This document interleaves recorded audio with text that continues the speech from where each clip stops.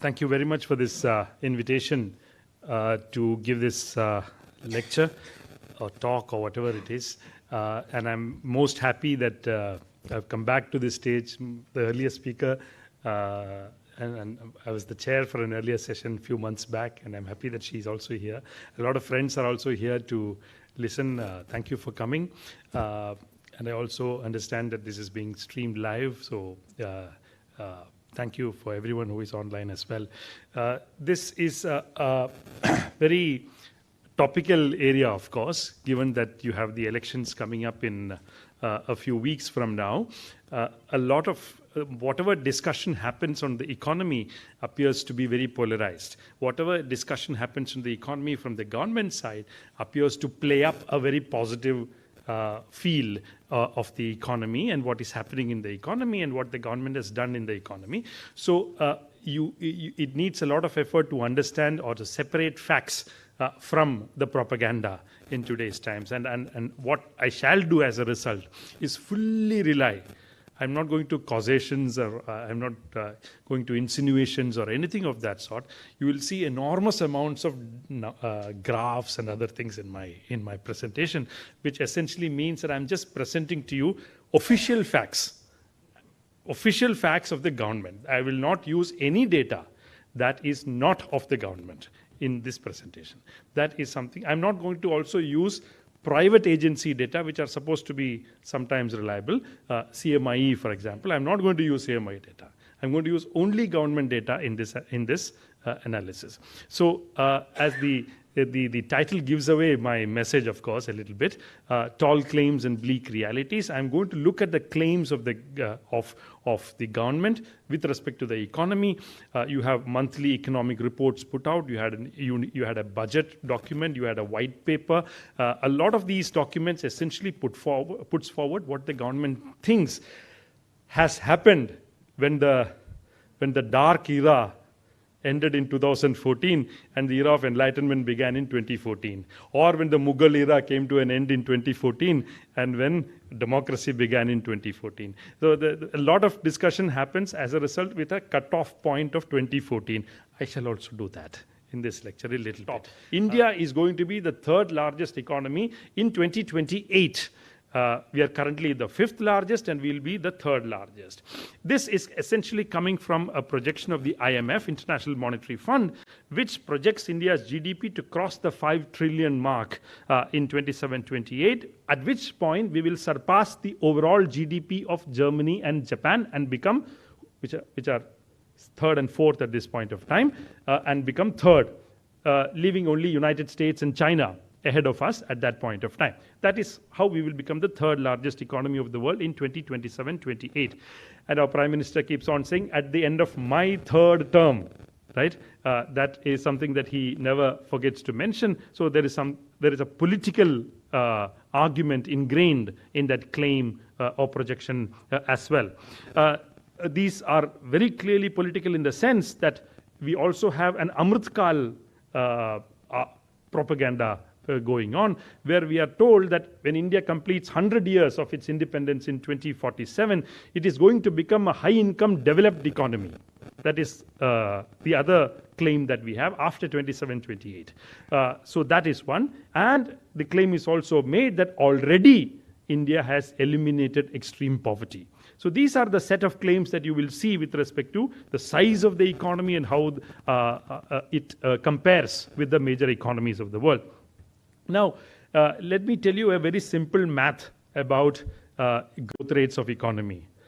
Now, generally, Indian economy has, for the last 20 to 30 years, been growing nominally at about 12%, and real terms about 7 to 8%, accounting for inflation. So, an economy which grows nominally at 12% per year, there is no way that that economy will not double its GDP every 6 to 7 years. It's a truism. Look at this. If you are 100 in year 0, and if you are growing at 12% every year, there is no way that you will not double your GDP every 6 or 7 years. You just have to grow nominally at 12%. Or in real terms, assuming inflation is around 5%, you have to grow at around 7%. If you do that, then your GDP will automatically double in 12 years, whoever is ruling. Right? Now, this is something that is often forgotten by economic journalists. Any doubling is actually the credit of the incumbent government, and which is not necessarily true. GDP doesn't necessarily behave that way, looking at who is ruling and who is not ruling. At a given growth rate, there will be a certain performance of the GDP that can be assured. But estimating the size of the economy is actually a more complex exercise. What economists actually do is that we look at what is called as the Penn World Tables, which are a globally acclaimed data set of purchasing power parity adjusted sizes of GDP across countries.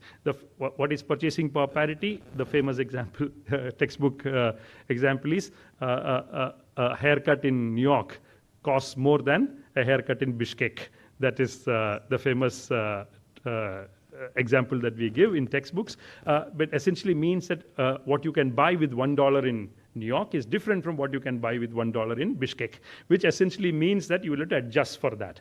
Now, adjusting can be done at current prices, adjusting can be done at constant prices. World Bank also publishes a similar data set as part of its International Comparison Program, ICP. So these two data sets are more or less very similar. You can use either of them for this analysis, and for this analysis, I'm using the World Bank's estimates at real prices. So what I'm going to take is purchasing power parity adjusted GDP at constant prices, because at current prices, inflation comes into play and it completely sort of distorts your analysis. And always for international comparisons, it is the real GDP that you must consider across countries. Number one. Number two, that's also not adequate. We also have to consider per capita GDP, because the number of people who live on that pie is also equally important. So let's take real GDP in our analysis. But the government is not using real GDP. The government is actually giving us the claim that we are now the 5th largest economy and we will be the 3rd largest economy based on data on GDP at current prices. Right? At current prices, you can see we were ranked with about 12th in 2004, 10 in 2014, 6 in 2019, and 5th in 2022. And this is what is going to become 3 in 27-28, as the last slide told you. But this is not an accepted form of comparison of GDP size across countries at all. What you must actually be using is GDP at constant prices. Now, if I actually use GDP at constant prices, you know what you get?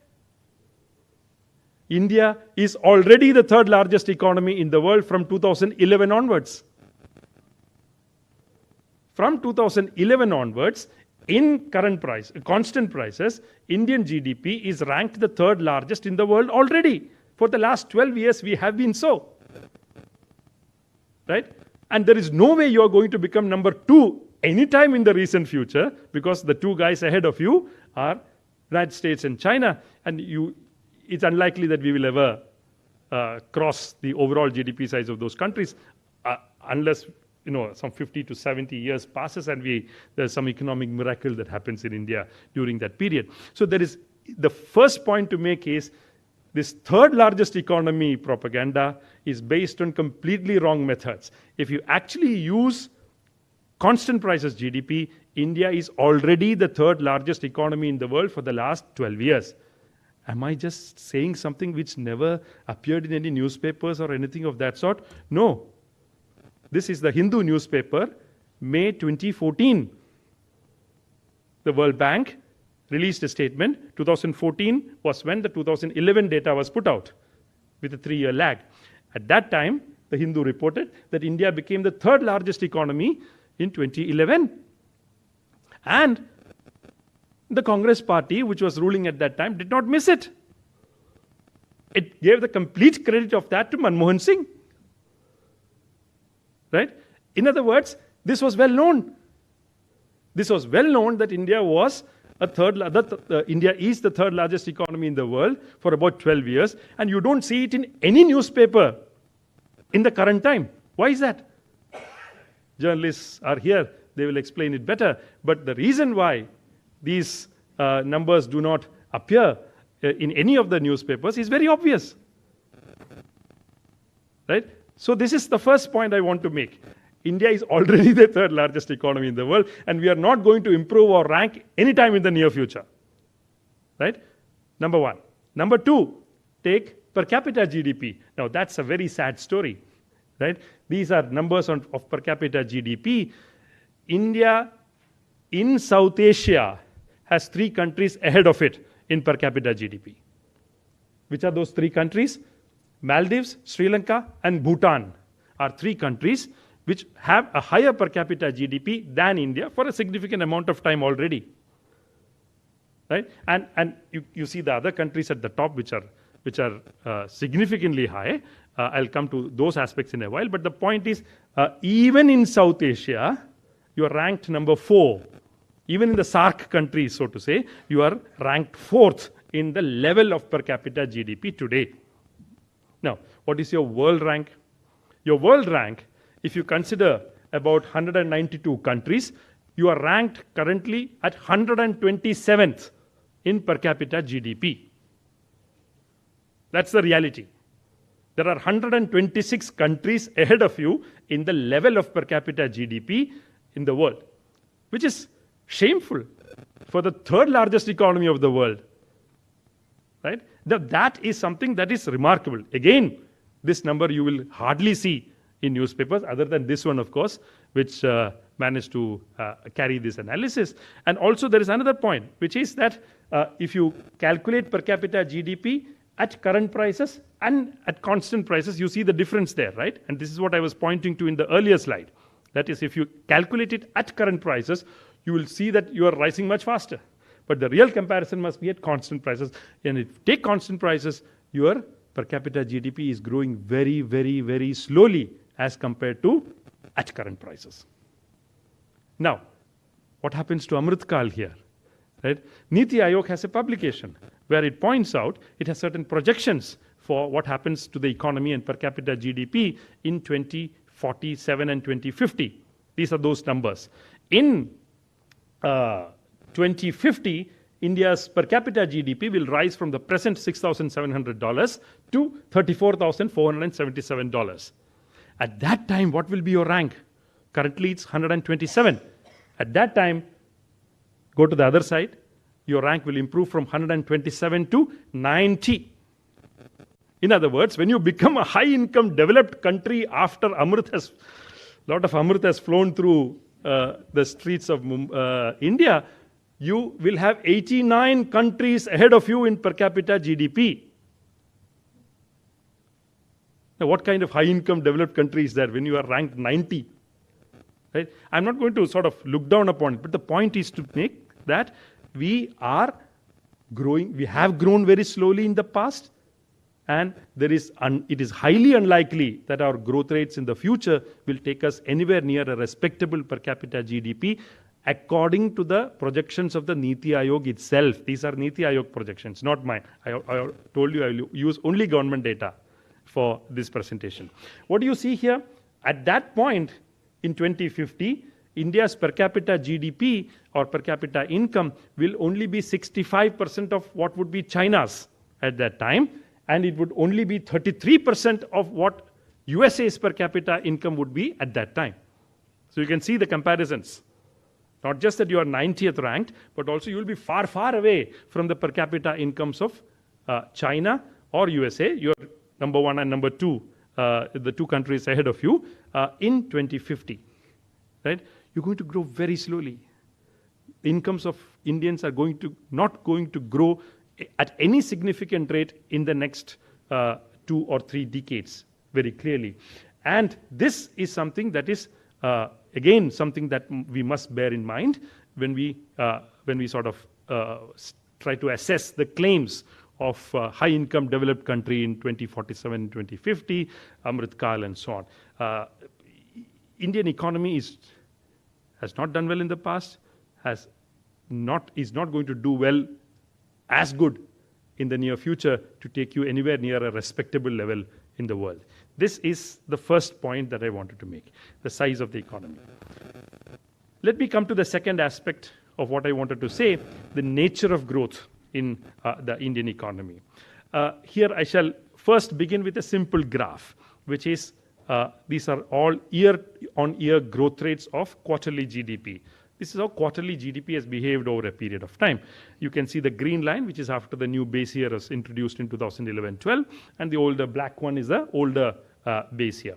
But what you see after about 2011-12, the green line, if you see, except for the significant trough of the COVID period and the not so impressive peak that followed it, you don't see much change at all in the way GDP growth rates have moved over the last 12 or 13 years.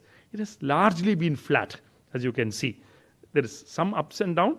That's because it's quarterly numbers. But if you actually sort of plot a line on it, it'll be a very, very, very linear kind of a line you're likely to get across this period. Now, so to understand it better, we need period-wise growth rates. And the first point that I want to make is Indian economy has been on a slowdown for more than a decade now. Indian GDP has not been growing rapidly for about 12 years now. From about 2011-12 onwards, we have had a period of very slow growth rates of GDP. And I'm going to give you first, I'm going to avoid the COVID years, and I'm going to present data only up to 2019-20 in this particular table. You can see very clearly that the GVA growth rate, gross value added growth rate, was 7% in the period 2003-4 to 10-11, and from then onwards it fell to about 6.7% per annum in the period between 2011-12 to 19-20.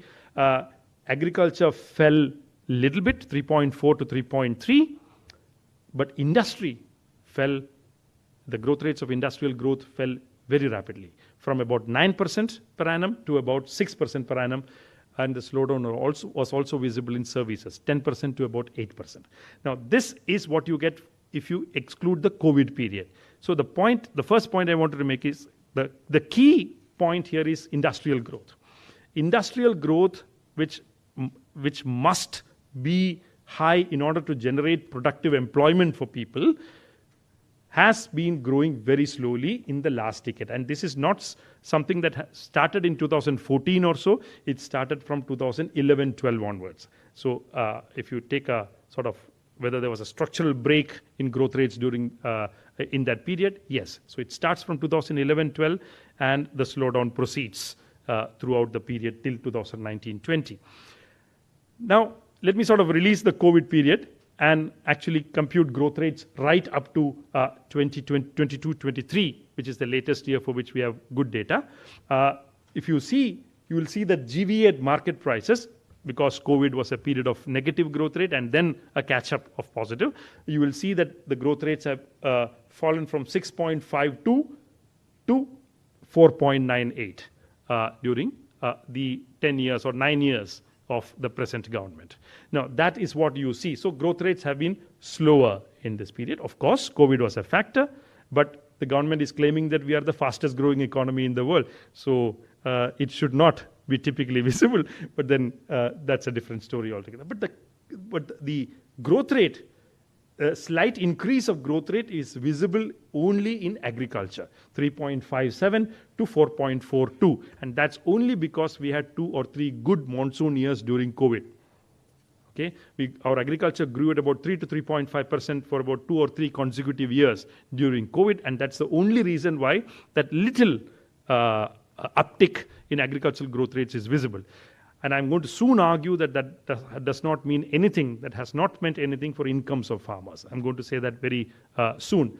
But I want to invite your attention to the industrial growth rates, 6.84 to 4.67. Now, your industry has grown in the last 10 years at less than 5% per annum. That's the takeaway that we have. If you take services, your growth rate is down from 7.5 to 4.67. Right? So across the last 10 years, you have a slowdown in the economy, which is very visible if you look at how numbers are behaving. Now, this is to be seen with the government's claim that we are a very fast growing economy after COVID. Right? Now, let me just sort of index our GDP to 100 in 2019-20. If our GDP was 100 in 2019-20, and I actually see the growth rates and compute how much this 100 rose from 1920 onwards. We are today at 118. Right? So we basically have an 18% growth rate over 4 years, which on an annual basis comes to just about 4%. Right? So between 2019-20 and now, our economy has essentially grown at close to about 4% per annum. That's all. Right? And for an economy of our size, this is not a sufficient growth rate at all. But of course, we had a COVID in between. We must cut some slack there. But it just shows that the economic growth rates have to be much higher in the recent future to catch up. Right? We cannot afford to grow at anywhere less than 10%, unfortunately, in the next few years, if you have to catch up with the difficulties that we have had in the past few years. Now, so this is about the second point that I wanted to make. Our growth rates, they are slowing. The economic growth rates have been slowing down in the last 10 years. And I said the GDP growth rates appear to be slowing down from 2011-12. But I want to say now that the GDP growth rates do not fully capture the extent of slowdown in the economy. Now, if you go back to the slide that I showed a while back, I told you that's a flat sort of a curve. I'll just go back to it quickly. This one, you will see that there is the real fall of GDP growth rates begins with the third quarter of 2016-17. The green line starts falling from the third quarter of 2016-17, which is well known. What happened in the third quarter of 2016-17, no Indian is likely to forget it for some time. And that's the time when the decline of GDP actually began. So a lot of people actually point out that between 2011-12 and 2016-17, things were okay. But it was after demonetization that we had a fall of growth rates beginning. Right? That's what this graph also essentially tells you. But I'm going to contest that a little bit. I'm going to say that this dates back to 2011-12 itself. And how do I say that? I sort of jumped my gun a little bit. I'll come to that in a little while. But allow me to just go through some numbers on sectoral growth rates as well before I go there. Pardon me. Now, this, I said overall economic growth rates have been slowing down. Now, what is happening to agriculture, where a large section of our economy essentially gains its livelihood from? Now, these are not agricultural growth rates. I told you that agricultural growth rates have been tad higher in the last decade compared to the previous decade. And I also said that it does not look like it has transformed into higher incomes in anything of that sort to the farmers. Why would I say that? Because of this graph. This is a graph for a sectoral deflator in agriculture. What do? I calculate growth rates of the economy, growth rates of the agricultural GDP every year at current prices and also at constant prices. So I have two growth rates at current prices, growth rate at constant prices. I take a difference between the two. Right? The difference between the two, if it is increasing, it means that at current prices, agricultural GDP is growing faster than at constant prices. That means agricultural prices are rising. If it is shrinking, it means that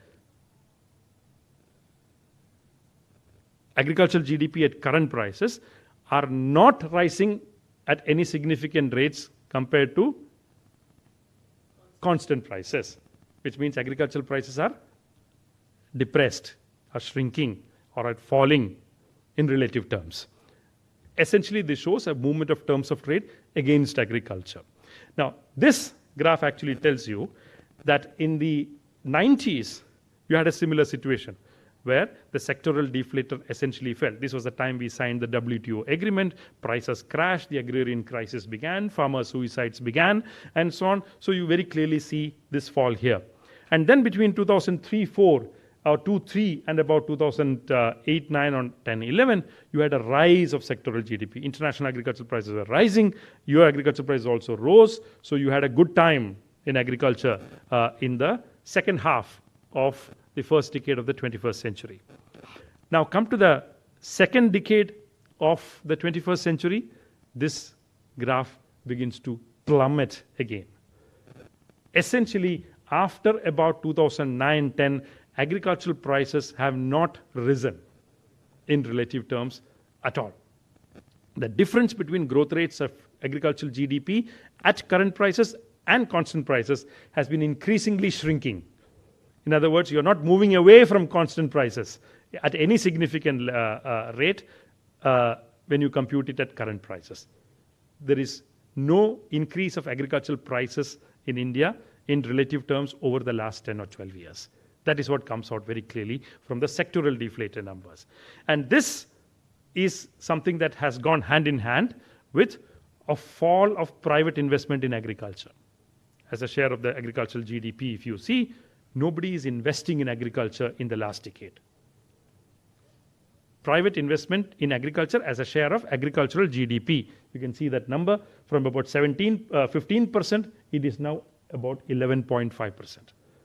No investments are, capital investments are happening in agriculture on the side of the farmers for about a decade now. The government investment has always been lower.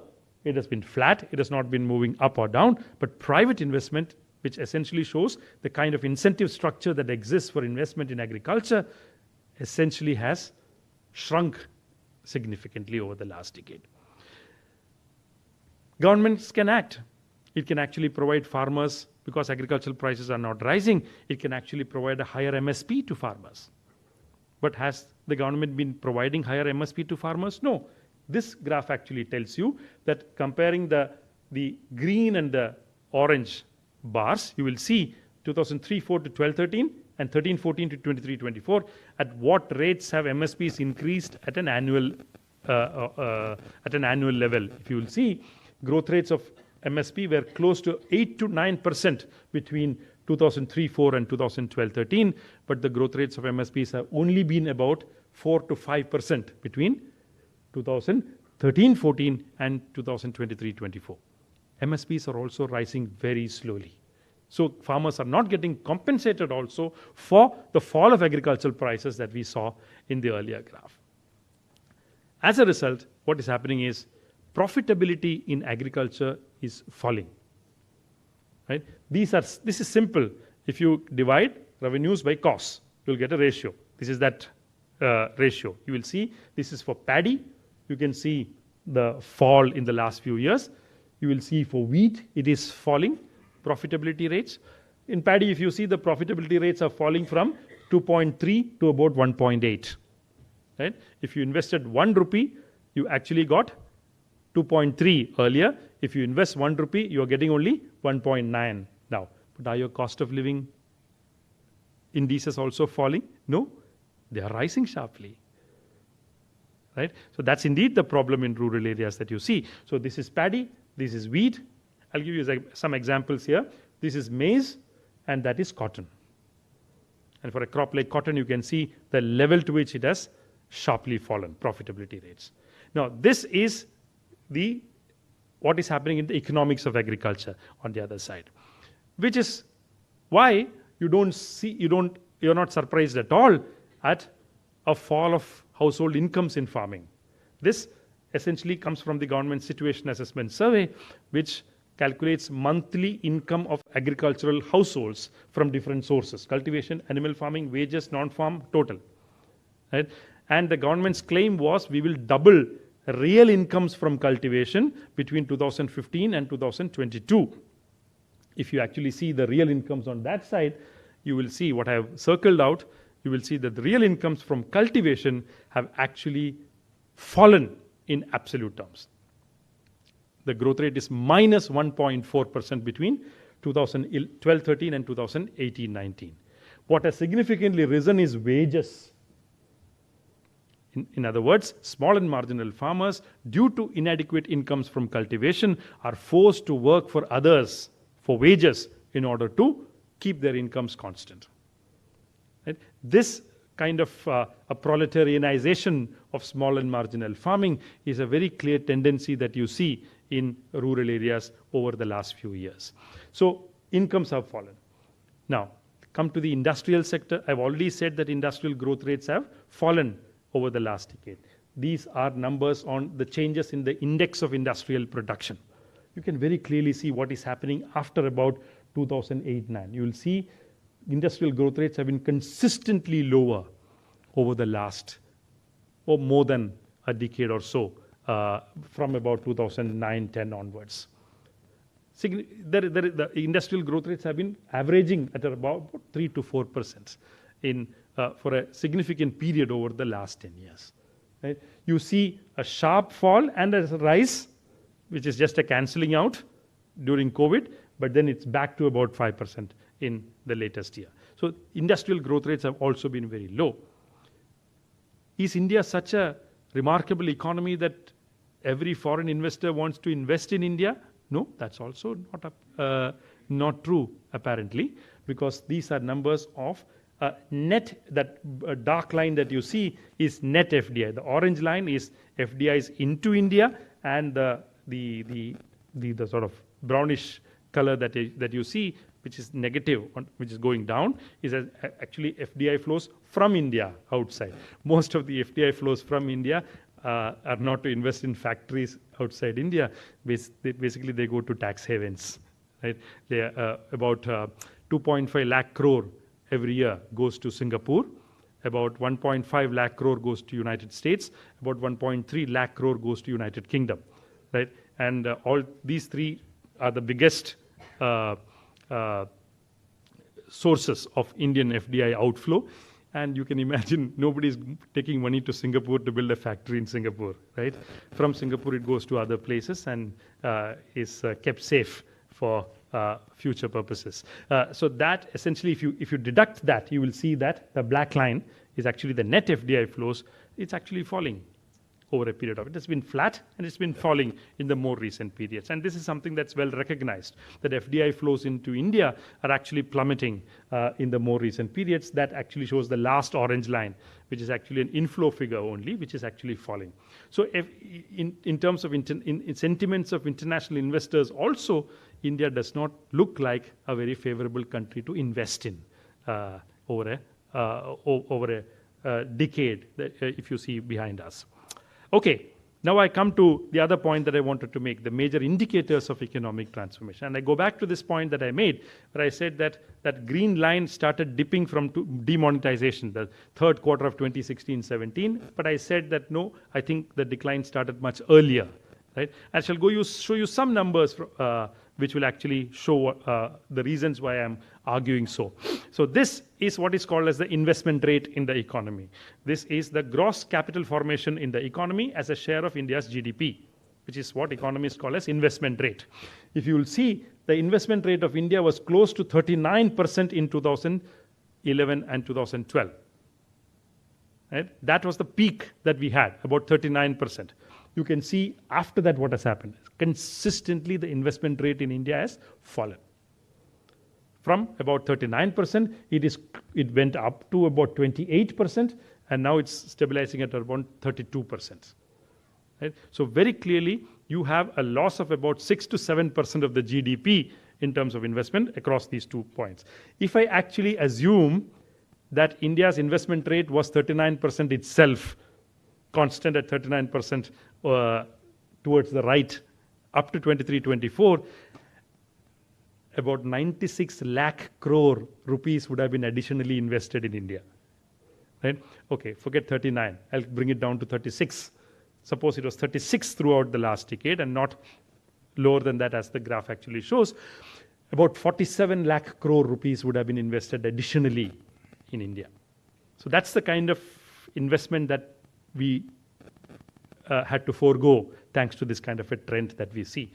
Investment rate has significantly fallen. And this has much to do with the way our employment indicators are doing. Because investment creates firms, industries, factories, etc., or firms which will provide employment to people and which provides wages to people. Now, this fall of investment rates has been precipitous. And this is the most, in fact, if you ask me what is the most significant graph you want to show about the last 10 years of the Indian economy, I'll choose this. Right? This is the most ominous feature of the Indian economy over the last 10 years. Nobody is investing afresh in the Indian economy. That is the key point. Now, this is partly because there is no demand in the economy, which would act as an incentive for people to invest in the economy. So these orange lines that you see are the rates of capacity utilization in manufacturing. Right? If you can produce 100 kilograms in that firm, the capacity to produce is 100 kilograms. How much are you producing? You can see that capacity utilization is actually falling from about 76% or so to about 73, 74% today. And essentially this shows that there is a serious crisis of demand in the economy. Low levels of capacity utilization means people have capacity to produce, but they are not producing. Why? Because there is no possibility of selling them in the market, which actually shows that there is actually a deficiency of aggregate demand. There is no money in the pockets of people to buy. Right? The dark line shows the total inventories to sale ratio. Right? Your inventories are building up vis-a-vis your sale, but again, that's not being sold in the market also. That's all. Another indicator that you have of weakening aggregate demand in the economy. This is another graph which is well known to the corporate world, but no corporate leader talks about it. Bankers are here; they will know the reality of what I am talking about. This is the profit rate of the Indian corporate sector. From about 2005-6 onwards, if you so forget that's a peak. If you take about 2009-10, where the profit rates were about 8.4%, you have a fascinating fall of profit rates in the economy right up to about 2019-20. Right? No corporate house states this as a problem in the economy. Their own pockets are burning. They don't talk. Is it because of fear? Or is it because of something else? We don't know. Right? But everybody who says the economy is doing so wonderfully well does not talk about their own pockets. This blue line is essentially profit after tax as a share of gross fixed assets. PAT is profits after tax, which is a simple profit rate equation that we use in economics. If you want to use another one, you can use profit after tax as a percentage of capital employed. That's also falling just as it is happening in the case of the blue line. Now, this is why the government gifted a bonanza to the corporate sector in 2019-20 in the form of a fall of corporate tax rates from about 30% to about 22%. It's a historic cut in corporate tax rates, because of which the government had a lower revenue every year by about 2 lakh crore rupees annually. It was the corporate tax rates that the government lost because of this corporate tax cut was about 1.7 to 2 lakh crore annually, which is the revenue foregone for the government every year. That could have been invested in health, education, employment, etc. No, that's 4 times the size of the NREGS budget on an annual basis. That is not done. Now, this happened, but investment rate did not rise. Companies did not use this bonanza to increase investments in the economy. Instead, they used it either to repay old debts or to increase their own profits, which actually is why you see during COVID years a rise in the profit rates of the Indian corporate sector. You see the last 2 points? Can you imagine? During COVID, when 80 to 90% of the Indian population had an absolute fall of incomes, you had profit rates of corporates increasing so sharply. And that's one, because of the cut in corporate tax rates. The second is because they could delist a large number of employees from their roles, which led to enormous unemployment. They replaced it with other tools, sometimes with digital tools, sometimes employed less number of people to do the same amount of job, and essentially they had their wage bills also fell, which also contributed to their higher profit rates. But people's incomes are falling. People's incomes are stagnant or falling, but your profit rates of the corporate sector rising very sharply in the last 2 or 3 years, which is the kind of a very vulgar situation that we see in the economy today. Now, this So we have seen investment rate, we have seen capacity utilization, we have seen profit rates for the corporates, savings rates. How much do you save in banks as a share of the GDP? You can see savings rates have also fallen from about 36% to about 29%. This is exports to GDP ratio. That orange line that you see is exports to GDP ratio. Value of exports divided by the GDP of the country. Do you see that 17% in about 2011-12 exports to GDP ratio? You are now at about 13% exports to GDP ratio. Your exports have been rising in nominal terms, but the rise in export values have hardly been in tune with the overall GDP growth that you have been having. Right? So your exports are falling relative to the GDP. That's yet another ominous feature in the economy. And then bankers know this. There is no credit growth at all. These are growth rates of bank credit on a quarterly basis for a long period of time. You can see that in about 2008, 2009, and so on, bank credit grew at about 25% every year.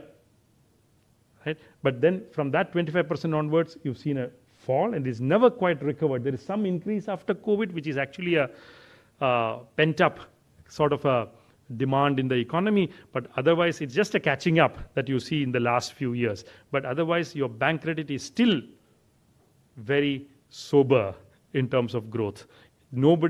Arundhati Bhattacharya, the chairperson of SBI, was to remark a few years back that I'm sitting on about 2 lakh crore rupees to lend to people, but nobody is coming to me to borrow that money. Right? So in other words, banks are flush with liquidity, but the demand for credit is very poor. Why is that? There's no demand for credit because there is no demand in the economy. That is why firms are not borrowing and investing. Right? Only if they borrow and invest will jobs be generated. Will wages be paid to new workers. In the absence of that, your economy is on a stagnant mode for a long period of time. Nobody talks about this. Right? Some newspapers do report this, to be fair to them, but this actually paints such a bleak picture of the way economy has been performing over the last decades that it needs much more attention in the public domain. Now, so investment rate, savings rate, capacity utilization, profit rates, right? And now we have spoken about exports to GDP ratio. We've also spoken about bank credit. Everything appears to be performing very poorly in the last decade or so. Now let me move ahead to questions of well-being of people. Right? Move to questions of employment and poverty. Now, the first issue that you have when you want to look at this is that the government releases only that data that it likes to be released. It wants to end anemia among women in India, so it has chosen a very novel and innovative way of eliminating anemia among women in the country, which is about 60% or so. We do not ask that question at all in the next survey.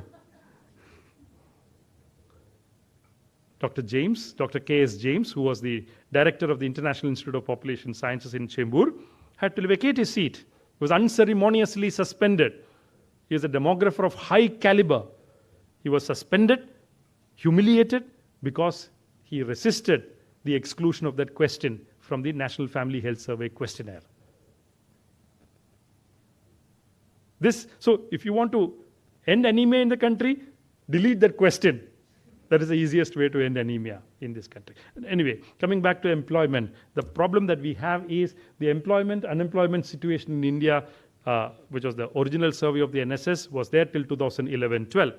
It did another survey in 2017-18, which is called the Periodic Labour Force Survey. This survey results were not released for a significant amount of time, right? Because it showed a rise of unemployment. Right? And at that point of time, I'll take one example. You must be listening to or reading Professor Surjit Bhalla in newspapers. Professor Surjit Bhalla in 2017-18 was one of the people who said that PLFS that is Periodic Labour Force Survey of 2017-18, is not comparable to 2011-12 survey, the Employment and Unemployment Survey, and hence you cannot actually say that unemployment has risen in India, and hence they are not comparable, right? But then later, unemployment rates started falling in PLFS, right? Then Professor Bhalla changed his position. He now gets up every morning and does a 10-minute puja of PLFS, and only then he goes out, right? No, he loves PLFS now because it suits his narrative. Integrity is dead in the Indian economic academia, right? Honorable exceptions are in front of me, but there is significant rot which is spreading. I'll give you, if you are surprised, I'll tell you. In 2017-18, when the PLFS numbers came out, I wrote an article saying Amitabh Kant and Surjit Bhalla are wrong in this portal called NewsClick. I wrote an article. So Sunil Jain, the late Sunil Jain, who was then the editor of Financial Express, tweeted out my piece and asked Surjit Bhalla to respond. Well, Surjit Bhalla responded. The funny thing is, Ramakumar and others, they indulge in falsehoods, he said. And he said, how much more plain English is required by the Congress apologist. I'm a Congress apologist. Elsewhere I've been called urban Naxal and so on, which are nice titles that you get off and on. I want the report released because it has faulty design. That was his point.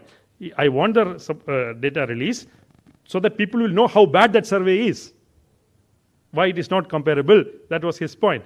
But the same Bhalla, once the later reports started coming in, became a fan of PLFS because it showed what he wanted to say. Today you will see he writing papers and articles comparing lavishly EUS and PLFS as if they are twin brothers or twin sisters, right? There is no difference between them. Now that is what I wanted to just preface it with. But coming to the question of poverty, you will see that the consumption expenditure survey was what we had till 2011-12. There was another survey done in 2017-18, but it has still not been released, but it has been leaked out, as you all know, and the numbers computed there actually show a rise of income poverty between 11-12 and 17-18, which is now, we realize why the government never wanted that report to come out. Then now you will see in the last month, timed well for the election propaganda, a short report called a fact sheet has been released in lieu of the new round of 22-23. And the government has been claiming poverty is falling in India. Extreme poverty has been eliminated in India. But as one economist friend told me recently, he took that report and he did a Control F, which is find poverty in that report. The term poverty does not appear in that report. Then how can you claim that poverty has risen or fallen? Have you used a poverty line and seen how many people are above it or below it? No. You just have provided some convenient numbers which suits a narrative of this government, paints a positive picture of how poverty has behaved over a period of time, and other issues, methodological issues in comparisons, are completely papered over. Right? There are statisticians who point out there are serious changes in the methodology between the two surveys which make them not quite comparable. Right? And those questions have completely been ignored. And now the government also has brought in another index called the multidimensional poverty index to replace it, which is not at all a poverty estimate, which is at best a very arbitrary estimate of destitution in the economy. How many people have houses? How many people have houses which are pakka and kacha? And you give some scores to it and you compute an index, composite index out of which essentially tells you nothing at the end of it because it's so composite that you cannot delineate any sub-factor within it over a period of time. So this is something else that is happening on the side. But the key point that I wanted to make is this with respect to employment. We all talk about the demographic dividend, right? A demographic dividend, India is presently going through what is called as a demographic dividend because the share of working age people is more than the share of non-working age people. Right? There are more number of people work in the working age compared to non-working age. Non-working age is less than 14, of course, and above 60 sometimes, or above 64 during other definitions. 10 minutes, yeah. By other definitions. So however you take it, essentially what it shows is when you have a demographic dividend, more number of people are in the working age groups. That means there's a bulge in the middle, as they say. More of the population is in the workforce. Lesser number of people are dependent on others, because the people in the working age are more than the non-working age. So the dependency ratio is less. The number of people who are earning or potentially earning is more than the number of people who are potentially not earning, which is a good thing, because your less number of people are dependent on those who are working. Then when fertility rates start falling, more women can potentially join the workforce, and as education and health improves, there also is likely to be an increase of productivity of workforce as well. But what is happening in India is very close to a demographic disaster, because India's share, so essentially this cutoff line is 50%. When the share of the working age population crosses 50%, your demographic dividend begins. And when it goes to about 65% or so, and then comes back to 50%, because birth rates are falling, less number of children are being born, and more number of people are living on the other side. So as a result, it won't last forever. Demographic dividend does not last forever. It basically crosses 50, goes to about 65, 66, and comes back to 50. That's the window that you have. When the time it crosses 50 till it comes back to 50. That time is typically about 37 years for India. Now, India's working age population is likely to reach about 65 or 66% by about 2041. From then, it will start falling back to 50, which will fall to by about 2055. So 2041 is the peak. Whatever demographic dividend you have to reap must be before 2041. After that, that window is likely to close. You are likely to have higher share of the elderly population. You will have much more care workers to create. You will have a shortage of people in the workforce, of working age group, and so on. That's going to be a problem. So this, I'm going to skip this slide and come directly to here. So this essentially is what I was referring to earlier. These are numbers on labor force participation rate, right? Number of people in the labor force compared to the population. And on the other side, you will see unemployment rate. You will see the number for 2017-18. The PLFS numbers are in red, and the EUS numbers are in black.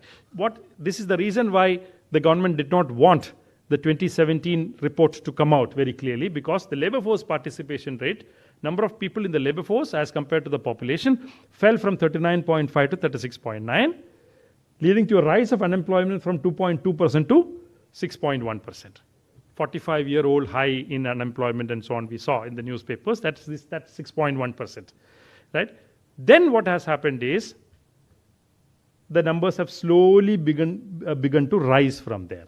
That is why Surjit Bala now likes PLFS, right? Labor force participation rates are slowly rising, and unemployment rates are also slowly falling from there. But you will see here that the unemployment rates of 22-23 are still higher than what they were in 2011-12, 3.2 as opposed to 2.2. Unemployment rates are still higher in 22-23. That's the key point here. But let's look at a lot of writings of government economists today will speak about this rise of labor force participation rate and that fall of unemployment, and call it a big achievement of this government. And that is something that we should look at very closely. Why is it? The key point here is, and Dr. Ritu Diwani is here, she recently had a lecture on this. Essentially, while the share of workers, NSS workforce has three types of workers: regular workers, casual workers, and self-employed workers. Three categories are there. The share of people employed in regular employment and casual employment has been falling. And the share of people working in self-employment has been rising. That rise in self-employment is actually what is showing up as a fall of unemployment rate and a rise of labor force participation rate. First point to note. So it is a fall of regular and casual employment and a rise of self-employment, which is contributing to the fall of unemployment rate. Number one. Please stay with me, right? This numbers will actually tell you that that self-employment increase is actually happening in the case of women more than in the case of men. You can see that of all women who are employed, 51% were self-employed in 2017-18. That number is now 65.3%. For men, you can see it's 52 to 53, a minor increase. But it's for women that it's very pronounced, that you can see. That is what is contributing. So, rise of self-employment among women. Okay? And where is it happening? This is rural plus urban. It is in rural that this is most pronounced. You can see that self-employed women in rural areas, 57 to 71 is the rise that you see. So, rise of self-employment among women, rise of self-employment among women in agriculture. Right? This is what you see. This is the most difficult issue that we have at hand, because this is, as per capita incomes increase, you expect more people to leave agriculture and move to non-agricultural sectors. Here you have the reverse movement happening, leading to many economists to call it, whether it is reverse structural change, whether it is premature deindustrialization happening, and so on. This is one of the very important fears that economists are raising at this point of time. Now, one more point is there, which is that, okay, I'll skip this. I'll come to this point very clearly. How many jobs are being additionally generated? This is the ILO employment report that Dr. Ritu Diwan was mentioning in her introductory remark. You will see, I want to invite your attention to these three numbers, right? In other words, these are additional employment generated every year. So between 2020 and 21 and 21 and 22, every year how much additional jobs are being generated in millions. This is what this table actually shows. So you can see the number of additional jobs being generated was about 38 million. It fell to 29 million. It has now fallen to about 9.9 million. Very few new jobs are being generated in the economy. And where are these new jobs being generated? Go up. It is in agriculture that most of it is being generated. In other words, those people who lost jobs during COVID went back to rural areas, picked up whatever little piece of land that they could cultivate and engaged in agriculture. That distress phenomenon is what is showing up as a fall of unemployment or a rise of labor force participation. It is not a sign of prosperity, but it is actually a sign of distress that you are seeing in agriculture in rural areas over the last few years. So this fall of unemployment is completely illusory because it is happening purely in a distress mode in rural areas among self-employed women in agriculture. That's the point that I wanted to make. But then what is happening to wages? I have about 3-4 minutes left before Dr. Diwan switches off my mic. So I will quickly go into what is happening in the case of real wages. This is happening in employment. What is happening in the case of wages? You will see that in real terms, adjusting for inflation, wages in rural and urban areas have been falling. If you see this graph, this actually shows, again, for right or wrong reasons, the third quarter of 2016-17 is the cutoff. That's when rural real wages began to stagnate. Right? You can see the flat line. Rural real wages have largely been stagnant over a long period of time. And in the last 2 years of 21-22 and 22-23, you actually see even a fall of real wages in rural areas. Not surprising, because your labor market is small and more people are crowding agriculture. Obviously, wages will be bid down. And your real wages are actually falling in rural areas over the last 2 years. So there is less number of jobs being generated, and for those who are getting that employment, the wages are actually lower in real terms compared to earlier years. That is what you essentially see. This is also true in industrial sector.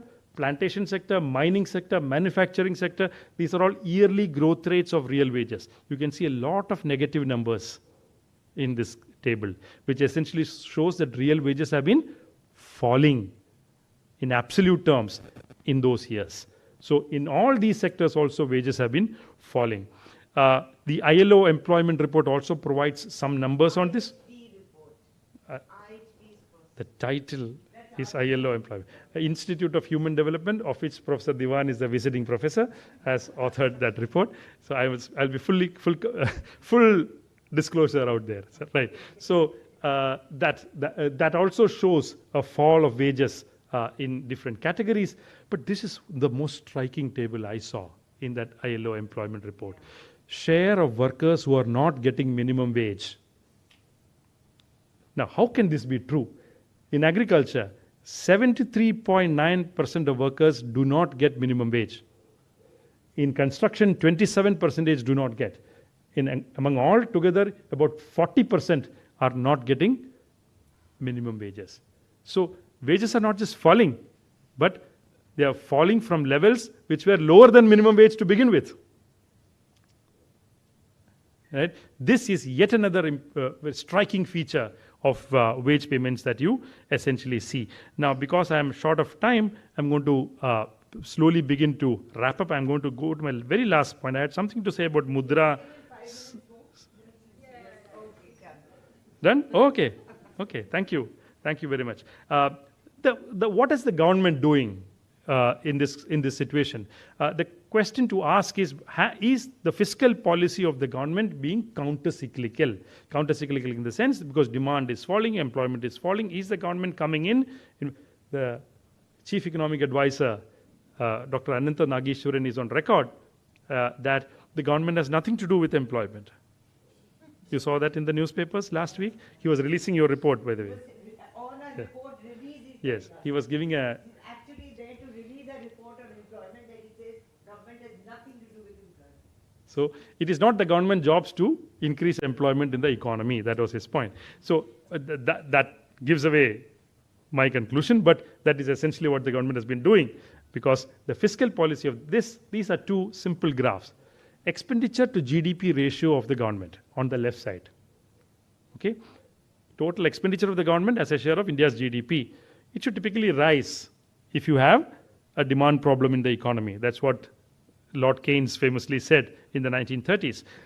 You can see that from about 2008, 9, 10, 11, 12 onwards, where the expenditure to GDP ratio was close to about 14 to 16% of the GDP. It has now fallen. It fell to 12.3% before COVID. During COVID, you see a small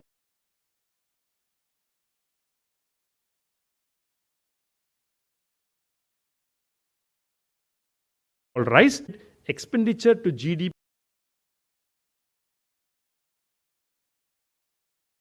jobs are being generated at a time when wages are falling, at a time when your economy is doing very badly in terms of growth rates, investment rates, savings rate, exports, bank credit, etc., etc., etc. The government has simply withdrawn from the problem during this time. Has it been taxing more because you need enormous investments in health, education, etc.? On that side, you see tax GDP ratios. On the top, you see for union and states combined, and bottom, you see only for the union government.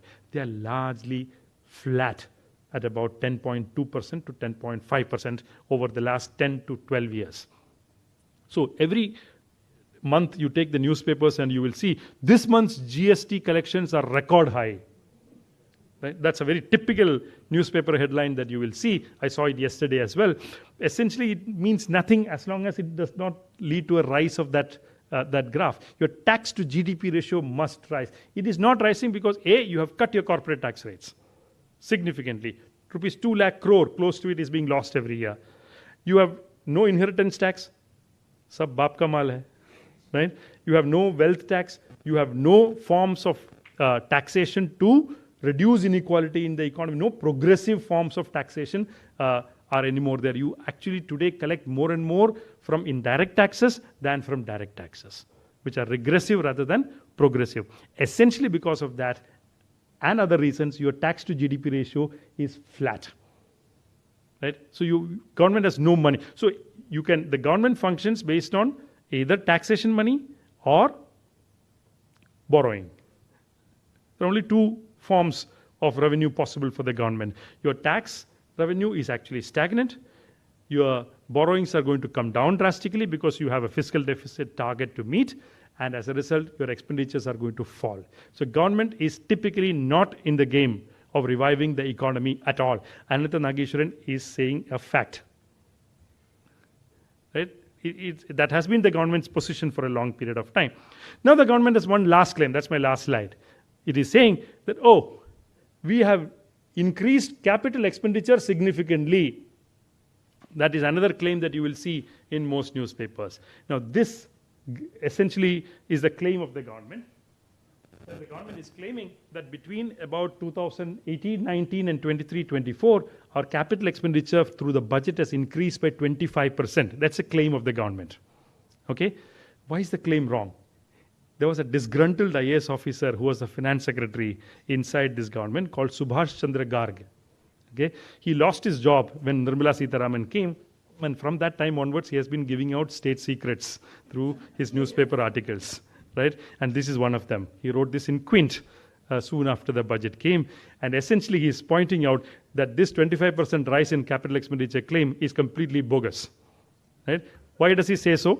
He says this for the following reason. One, a lot of capital expenditure in the budget is actually in the form of a category called loans and advances by the center to the states and others, etc. What does this include? This includes when Air India was sold, the government repaid 60,000 crore of its debt and allowed the Tatas to buy it. That 60,000 crore is capital expenditure. Right? The equity infusion into BSNL and MTNL is actually capital expenditure, whereas it goes to simply repaying the debt of BSNL and MTNL. The defense expenditures are actually capital expenditure, while it doesn't add anything to the economy because most defense goods are imported. Right? Now, all of this is out, and what is remaining is a small category that you spend in railways, highways, etc. That is, so loans and advances is something that you cannot typically include as capital expenditure because they are mostly going into revenue or non-capital creating or non-asset creating forms of expenditures. Then there is something called IEBRs, internal and extra budgetary resources. For example, when National Highway Authority of India borrows money, the government stands security to that. Government is not borrowing. NHAI is borrowing in that money. That is called extra budgetary resource. A lot of this extra budgetary resource, that whole extra budgetary resource, FCI can borrow, NHAI can borrow, a lot of public sector units can borrow. That was close to about 6 lakh crore per year in 2018-19. And come 2021, the Finance Commission had said that you are basically keeping, because FCI borrows or NHAI borrows, it does not appear in the fiscal deficit of the government. It is outside the budget. So the government can artificially keep fiscal deficits low by making FCI and NHAI borrow. Right? That was what it was doing. Finance Commission said that it's not possible anymore. You have to do it through the budget. Right? It has to come in the fiscal deficit. So a part of it, not all of it, a part of it, they simply brought it into the budget.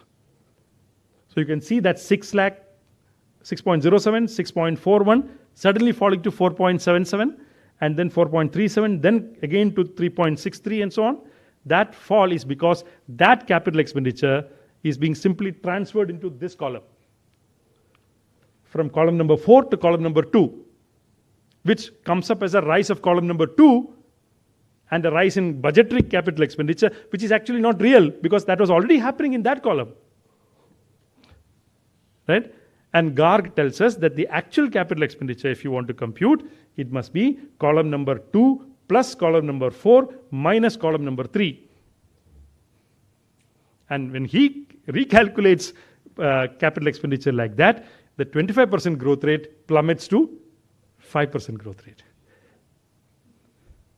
That's all. So essentially he says this capital expenditure rise that the government is claiming is completely illusory because this was something that was happening already elsewhere. It is simply being accounted here rather than somewhere else. And the government can now claim higher capital expenditure. The government has indeed increased capital expenditure in few sectors, without doubt. Highways are being built and so on. Something is happening, but not to the extent that it is claiming for sure. This is something that I wanted to say as the last point. And if somebody wants to ask a question on this, I will answer this as well, which is another important claim of the government, which is that we have led to a sharp expansion of the digital economy. Right? Digital payments have increased rapidly, if you pay, etc. The simple point is the following. I'll say this in 1 minute. There is something called value. There is something called volume. Right? Bankers are looking at me. Volume is something, how many, I pay 10 rupees to a chai wala and then 10 rupees to another chai wala, volume has become 2. Right? The value is 10 plus 10, 20. Right? Now, this blue line is actually volume. Nobody today pays 10 rupees, 20 rupees, 30 rupees to anybody in cash. They're all using Google Pay or some other platform, right? So the volumes are actually rising significantly. But the question is value rising? Is a question, right? You have too many small transactions happening, and the value, which is the orange bar, is not rising to that extent. It is rising, but at a much slower rate compared to how the blue line is, how the volumes are rising.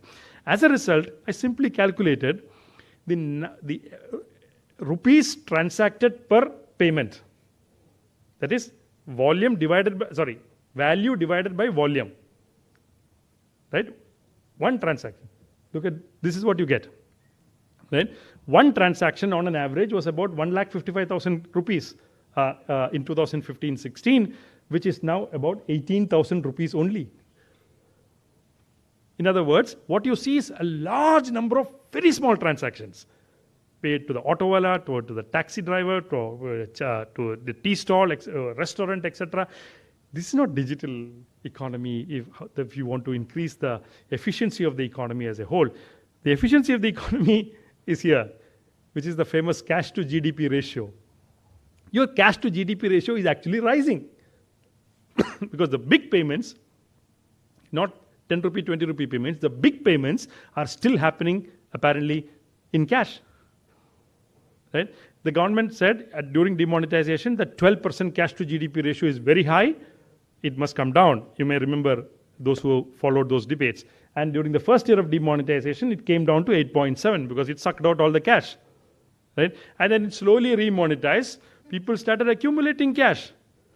Right? On many transactions are continuing to happen in cash, and the cash to GDP ratio has gone up to 14.4% in 2021, and it's still at 12.5%.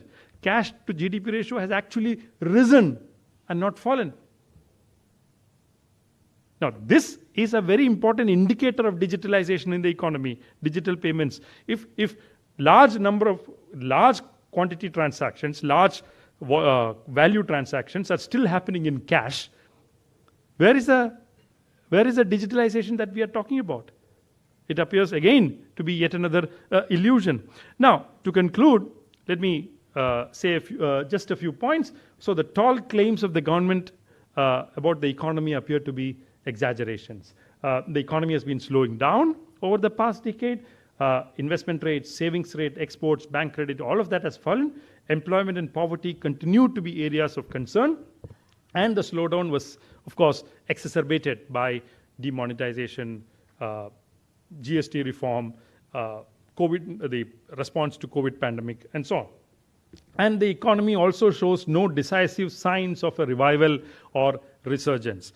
Most changes that we see are signs of distress rather than any positive changes. Public policy continues to adopt a conservative fiscal stance, and fiscal policy is hardly countercyclical. And instead of making bombastic claims and targets, India's policymakers would do well to focus on conscious efforts towards reviving agricultural growth through increasing public investment and public support. Outside agriculture, we need a more labor-intensive form of growth which absorbs more workers rather than reduces them. focus on decent work, good contracts, decent contracts, stable contracts, good wages, at least the minimum wage to be paid, and particularly with focus on female workers, because the male-female gap in wages is still significantly high. And finally, investing in the social sector, education, health, social security cover to those who fall behind. All those are very important features that we must focus on, rather than being the third largest economy in the world, doing this, doing that, and using acronyms like Amrit Kal and this and that. We may much do well to focus on the core problems of the economy, people's well-being being at the center of it, rather than creating a spectacle out of nothing. Thank you very much.